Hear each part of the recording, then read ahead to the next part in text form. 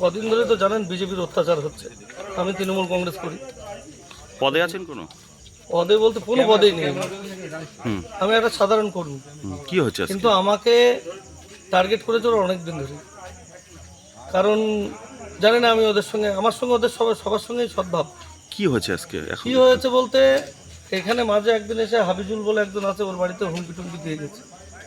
এই ব্যাপারে আমরা আলোচনা করছিলাম যে ওর বাড়িতে কেন হুমকি দেবো।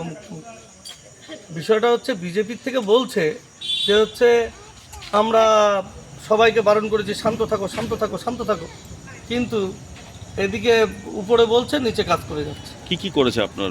আমার এই হাতটা ভেঙেছে, আমার এক ভাই আছে তার গাড়িটা আগুন দিয়ে পুড়িয়েছে, হুম আমার ওই দোকান একটা ধোয়া পলিউশন সেন্টার আছে, সেটা সরকার স্বীকৃত, পশ্চিমবঙ্গ সরকার স্বীকৃত, সেটা ভেঙেছে। আমার বাড়িতে কাঁচ ভেঙেছে, আমার বউকে শ্লীলতাহানি করার চেষ্টা করেছে, আমার ওয়াইফকে শ্লীলতাহানি করার চেষ্টা করেছে, প্লাস আমার ছেলেকেও মারবার চেষ্টা করেছে। আমরা পালিয়ে না গেলে আমাকে হয়তো মেরে ফেলবে। এখন তারা কোথায়? বাড়িতে? তারা কোথায় কী করে বলবো, ওরা 25-30 জন মতো এসেছিলো, তার মধ্যে দুজনকে খুব ভালোভাবে আমরা চিনি। একজনের নাম নারুগোপাল শর্মা, আর একজনের নাম হচ্ছে সুমন অধিকারী, সে হচ্ছে আমার মণ্ডল সভাপতি জান, তার নেতৃত্বে এসব হয়েছে কি নাম এবং আপনার? তারা থেকেছে। আমার নাম সুজয় বিশ্বাস, ওরফে ভক্ত।